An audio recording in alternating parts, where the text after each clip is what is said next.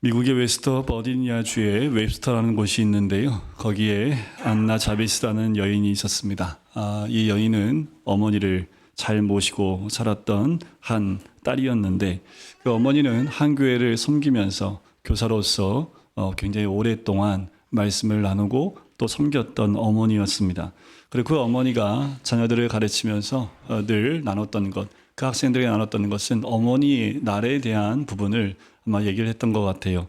이 어머니가 돌아가시고 난 다음에 안나 자비스가 그 어머니의 말씀이 기억이 나서 자신 또 부모님께 받은 재산을 가지고 어머니 날에 대한 것을 함께하기 위해서 교회 오는 모든 성도들한테 카네이션을 달아주기 시작을 했습니다. 그래서 카네이션 가운데 오늘 살아계신 어머니한테는 붉은색 카네이션, 돌아가신 부모님을 생각할 때는 흰색 카네이션을 달기 시작을 했다고 합니다. 그것을 이제 7년이 지나고 난 다음에 윌슨 대통령이 취임식을 할 때 어머니 날을 제정하게 됩니다. 그래서 미 의회에서 1914년 5월 둘째 주일을 어머니 날로 처음 정하게 되지요. 그때부터 미국에서는 지금도 어머니 날을 또 잘 지키고 있는데 이제 한국에 들어와서 우리나라가 1956년 국무회의에서는 5월 8일을 어머니 날로 정하게 됩니다. 그리고 1973년부터는 어버이날로 개정해서 지키고 있는 거지요. 미국에는 여전히 어머니 날로 지키고 있는데 우리나라도 처음엔 그 어머니를 기억하면서 어머니 날로 했다가 아버지들이 반발이 너무 심해서 그래서 또 이렇게 목사가 얘기하면 또 믿고 그러시면 안 됩니다.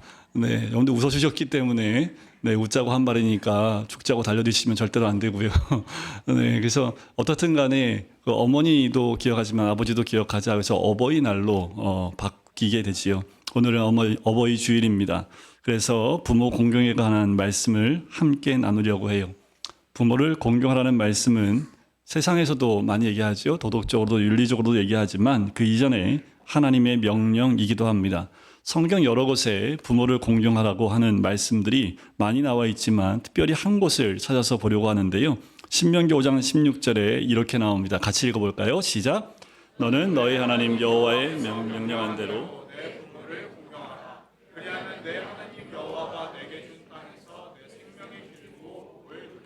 자, 부모를 공경하라. 이건 해도 되고 안 해도 되는 것이 아닙니다.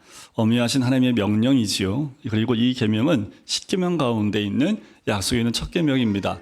10계명은 1계명부터 10계명까지 있는데 우리가 알듯이 1계명부터 4계명까지는 하나님에 대한 그리고 5계명부터 10계명까지는 사람들 관계 가운데 있는 계명이지요.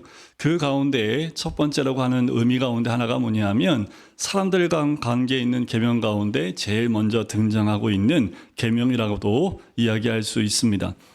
다른 계명은 안식일을 거룩히 지키라, 간음하지 말라, 도둑질하지 말라, 이웃의 것을 탐하지 말라 여러 가지로 말씀이 있지만 특별히 부모를 공경하라는 계명만큼은 무엇이 옆 뒤에 따라붙나요? 잘하면 어떻게 해요? 땅에서 잘되고 장수하리라는 약속이 주어져 있다라는 겁니다. 이게 얼마나 복된 말씀인지 모르겠습니다. 부모를 공경하라는 그 명령을 순종하여 복받는 사람들이 세상 가운데도 있지만 특별히 믿음 가운데 있는 우리에게도 이 약속이 그대로 이루어지는 줄 믿습니다. 특별히 우리 교회에 제가 부임하고 보면 시부모니를 섬기셨던 우리 권사님들 이야기를 참 많이 듣기 때문에 교회 안에 부모님을 섬기는 그 마음들이 또 그 모습들이 많이 있는 것을 듣고 또 보기도 했습니다. 자, 그런데 부모를 공경한다는 것이 쉬운가요? 결코 쉽지만은 않습니다. 말로는 쉬운데 막상 실천하려고 하면 잘 안 되는 것이 바로 부모 공경입니다. 부딪히는 게 많아요. 일단 세대 갈등도 있지요. 한 가정 안에 자녀와 부모와 함께 있으면 어디에 맞추게 되나요? 자녀에게 맞추게 되나요? 부모님에게 맞추게 되나요? 보면 거의 대부분 90%는 어디에 맞춰요? 눈높이를 애들 눈높이에 맞춰요. 그런데 부모님 눈높이에 맞추는 것이 아이들 교육에도 많은 도움이 되기도 합니다. 여러 가지 어려운 부분들이 있지요. 오늘 본문에 보면 그래요. 부모를 공경하라는 것. 돈이 없어서 공경하기 어렵다고 말하는 사람이 있을지 모르겠습니다. 근데 그건 핑계일 뿐입니다. 돈이 있어야만 부모를 공경하는 건 아니지요. 오늘 본문은 돈이 없어도 얼마든지 부모를 공경할 수 있다라고 이야기를 합니다. 어떻게 하는 것이 부모를 공경하는 것인지 우리에게 구체적으로 가르쳐주고 있는 것이 오늘 본문의 말씀이에요. 그래서 오늘 본문을 근거로 부모를 이렇게 공경하라 라는 말씀으로 함께 은혜를 나누고자 합니다. 오늘 본문의 첫 절 22절에 보면 이렇게 시작하지요. 너 낳은 아비에게 청종하고 내 늙은 어미를 경히 여기지 말지니라. 청종이라는 말, 이것은 듣고 순종하는 것을 말합니다. 부모를 공경하는 것은 부모님의 말씀을 듣는 데서부터 시작을 하는 거예요. 부모님의 말씀에 귀를 기울이는 거지요. 듣는 것이 효도의 시작입니다. 참 이 부분에서 제가 할 말이 없습니다. 어려워요. 네, 참 어르신들의 말을 잘 들어드리는 것. 제가 목사로서 우리 어르신들 대할 때는 잘 들어드리는데 자식으로서 부모의 말을 듣는 건 그게 쉽지 않더라고요. 오히려 제 아내가 잘 듣습니다. 저는 듣다 보면 그냥 자르는 경우도 많고 주로 가르치는 경우가 많더라고요. 말씀을 준비하면서 청종해야 되는데 듣지 못하고 오히려 부모님에 대해서 그건 이렇지요 라고 얘기하는 경우가 있지 않았나라는 생각이 들어요. 들어주는 거 참 중요합니다. 부모님들이 하시는 말씀이 중요한 말씀 아닌 경우도 많지요. 옛날 얘기도 하시고 또 걱정돼서 하시는 말씀도 많지요. 하시는 말씀 가운데 논의하거나 어떤 그런 것보다 높아심에 하시는 말씀들이 주로 많기 때문에 걱정 근심하는 말을 자꾸 듣게 되면 자녀들이 부담이 되니까 잘 안 들으려고 하는 경향이 있지요. 다 아는 내용이에요. 오늘 내가 부모님의 음성을 들을 수 있다는 하지만 그 사실이 여러분들 축복인 줄 믿습니다.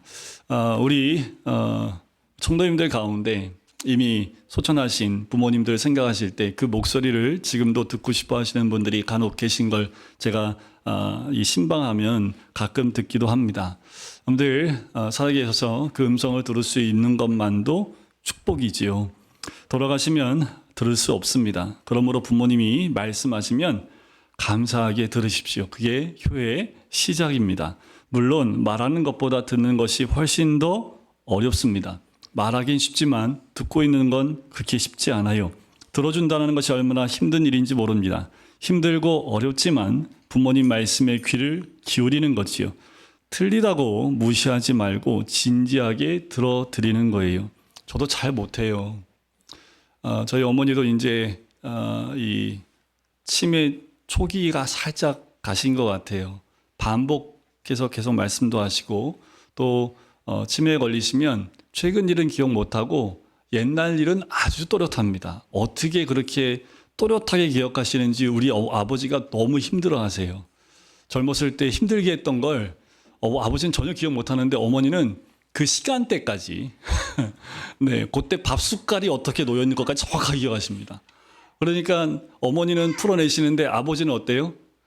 막 힘들어 죽겠다고 그러세요. 그러면 저는 어머니한테도 듣고 아버지한테도 듣고 쌍방에서 다 들으니까 귀에서 이렇게 피가 날 정도로 그렇게까지는 제가 못 듣고 제 아내는 귀에 피가 날 정도로 많이 듣긴 해요. 전화해서 이렇게 전화를 하세요. 어머니가 한번 전화하면 아버지가 한번 전화하십니다. 근데 내용은 똑같아요. 근데 한쪽은 아빠가 잘못한 거고 한쪽은 어머니가 잘못한 거예요. 이게 이제 양쪽으로 들리긴 하지요. 듣다 보면 우리 젊은 사람들이 듣기에는 생산성이 별로 없는 것 같이 들려요. 그리고 말이 좀 경하지요. 이렇게 좀 가벼운 그리고 우리한테 도움이 되는 것보다 나를 좀 힘들게 하는 그 소리가 부모님한테 많이 들리기도 하고요. 넋두리도 조금은 우리가 들어드릴 필요도 있다는 생각이 들기도 합니다. 여러분들 들어줌 다시 말씀드리지만 효의 시작입니다. 아무리 용돈 많이 드리고 좋은 환경 가운데 거하시게 할지라도 부모님의 말을 청정하지 않고 경히 여기는 것, 그것은 효도가 아니지요. 자녀들을 볼 때 부모님의 말씀에 귀를 기울이고 있는 모습을 자녀들이 보게 되면 또 자녀들도 동일하게 부모를 그렇게 귀 기울여 듣게 된다는 거지요. 오늘 본문을 보세요. 분명히 이렇게 말씀합니다. 너 낳은 아비에게 청종하고 내 늙은 어미를 경히 여기지 말지니라. 나를 낳아주신 어머니를 경히 여기지 말라고 말씀을 해요. 배우지 못했다고 별로 도움이 되지 않는다고 무시하지 말라는 겁니다. 성경은 이런 자녀를 어떻게 해요? 네, 율법적으로 하면 돌로 쳐 죽이라고 하고 기록되어져 있기도 합니다. 옛날 우리 관습에 보면 정월 초하루에 아침이 되면 자식들이 집에 있는 경대를 다 치웠다고 그래요. 정월 대보름이 지나고 나서야 다시 경대를 다시 제 위치에 놓는 그런 관습이 있었다고 얘기를 해요. 왜 그랬을까요? 한 살이라도 더 나이 드신 부모님이 거울을 보고 늙어가며 서운해하실까봐, 서러워하실까봐 경대를 다 치웠다고 얘기를 해요. 사실 나이 들어가는 거 좋아할 사람 한 명도 없지요. 실제 나이보다 더 들었다고 말을 들으면 그날 밤 잠을 못 주무실 분들이 꽤 많으실 겁니다. 늙어지면 더 화장도 하게 되죠. 치장도 더 하게 됩니다. 화장에 대한 여러분들 유머를 다 아실 텐데 원래 화장의 본 의미는 20대 결혼 정년기에 접어든 여자들이 조금 얼굴을 돋보이게 하기 위해서 시작한 것이 화장입니다. 그런데 오늘날 좀 변질이 됐긴 했지요. 그래서 나이대에 맞게끔 얘기를 하는데 아무튼 여러분들 기억하실 거예요. 20대 화장하면 그게 화장이고요. 30대 화장하면 치장이고요. 40대 화장하면 뭐라고 그래요? 분장이라고 그러죠. 아시네요. 네. 50대 화장하면 변장입니다. 변장. 60대 화장하면 요게 포장입니다. 포장. 70대 화장하면 이건 좀 심한 말인데 환장이라고 얘기를 하는데 여러분들 늙고 싶은 사람이 어디 있어요? 그러니까 내 나이보다는 조금 더 젊게 보이고 싶어서 하는 모습들이지요.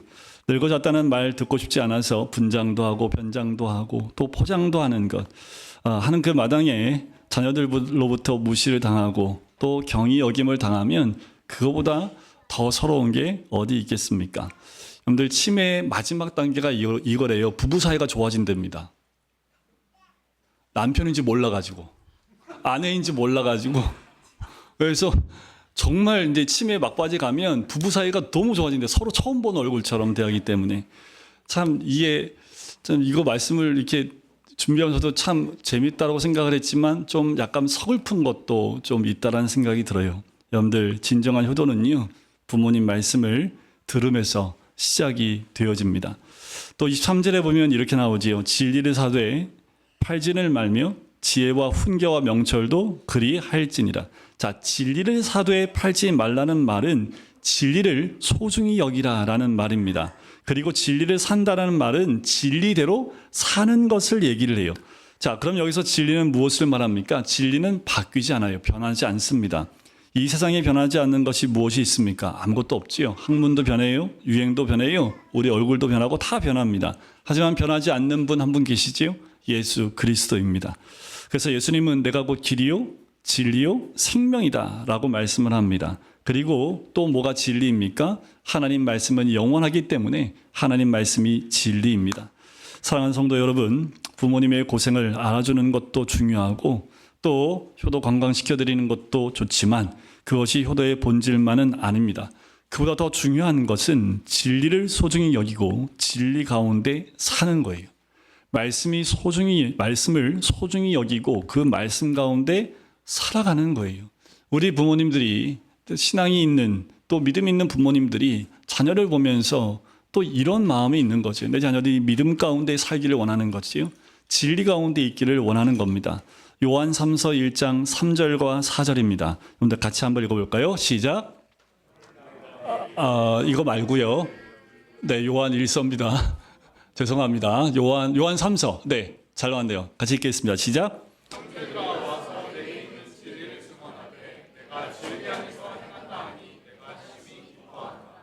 내가 내 자녀들이 주 안에서 행한다함을 듣는 것보다 더 즐거움이 없도다.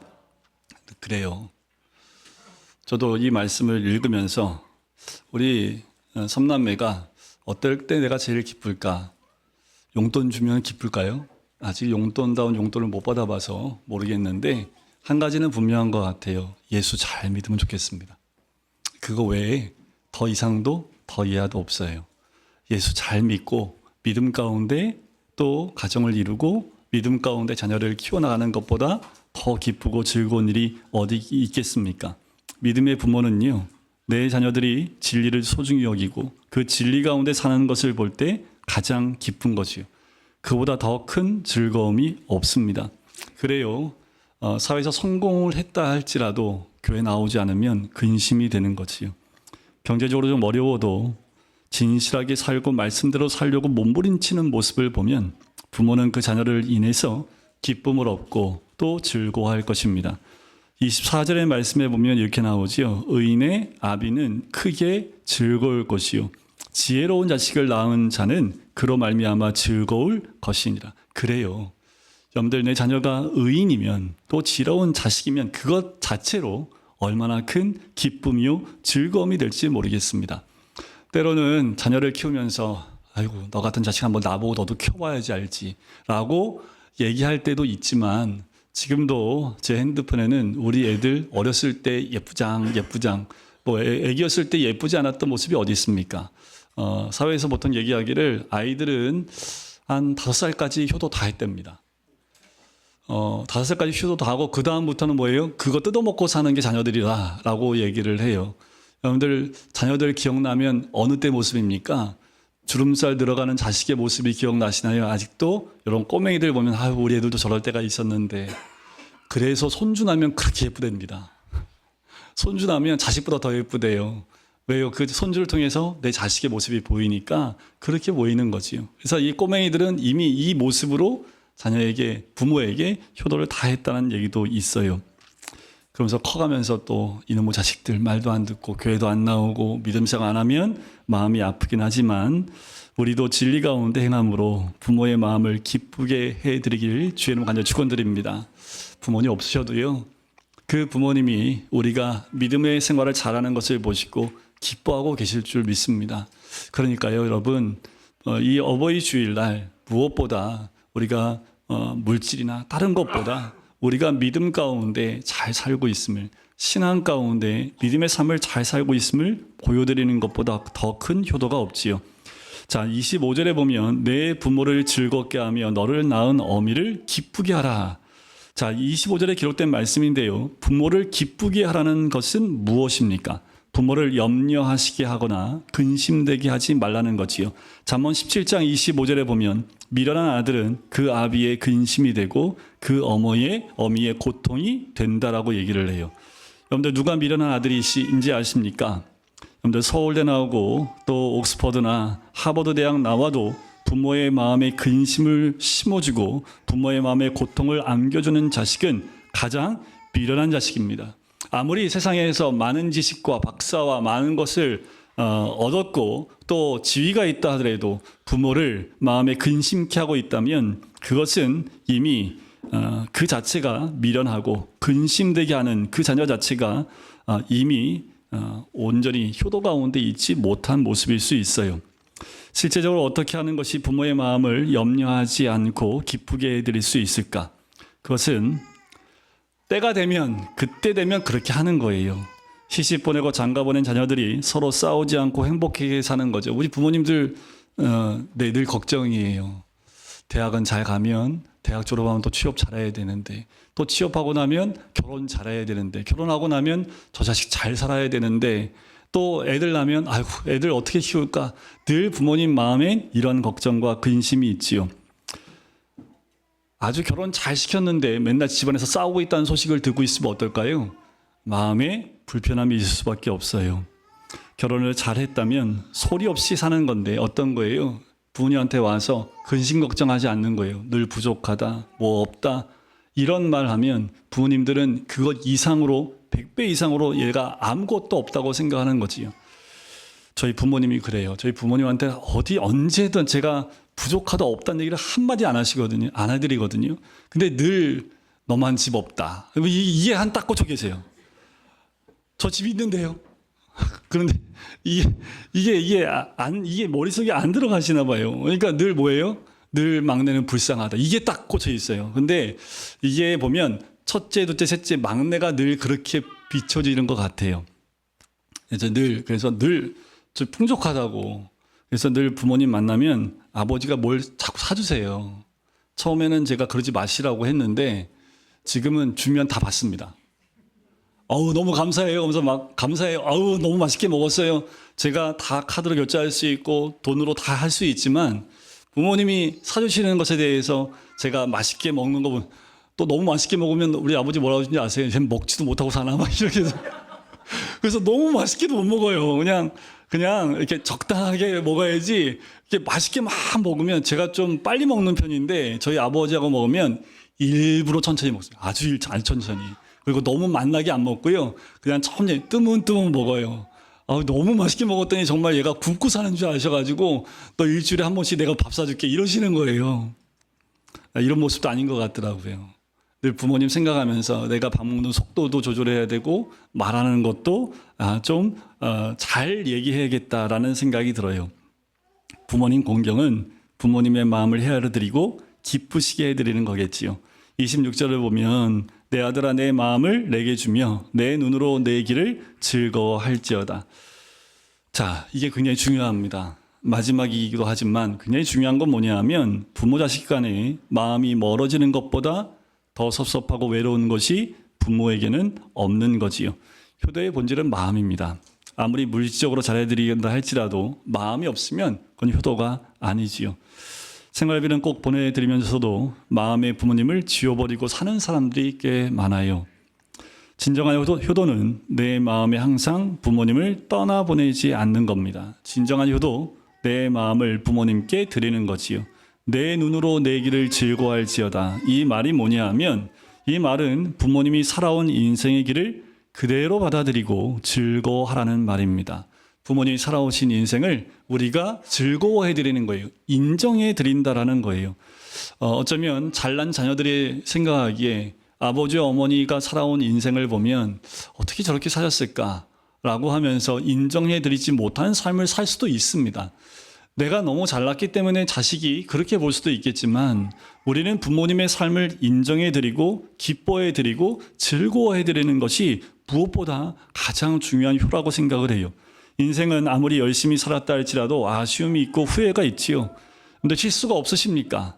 성경에 나오는 노아를 여러분들 다 아시지요. 노아가 당대의 완전한 자입니다. 그리고 하나님과 동행하는 사람이었습니다. 죽을 때까지 한 번 실수 안 했지요. 노아가. 아니요. 홍수 이후에 방주에서 나온 이후에 술을 마시고 실수하는 그 노아의 모습 우리가 기억을 합니다. 우리 부모님에게도 실수가 있을 수 있지요. 이 세상의 자녀 앞에서 완벽할 수 있는 부모는 없습니다. 우리 부모님의 삶에도 아쉬움이 있고 실수도 있고 후회도 있을 겁니다. 하지만 부모는 자식을 통해서 자기가 살아온 인생에 대해서 인정받고자 하는 마음이 있어요.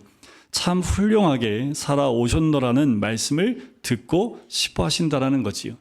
유명한 일화가 있는데 아브라함 링컨의 이야기입니다. 아브라함 링컨의 아버지의 직업은 구두 수선하는 수선공이었습니다. 아브라함 링컨 자신도 초등학교도 제대로 졸업하지 못할 정도였습니다.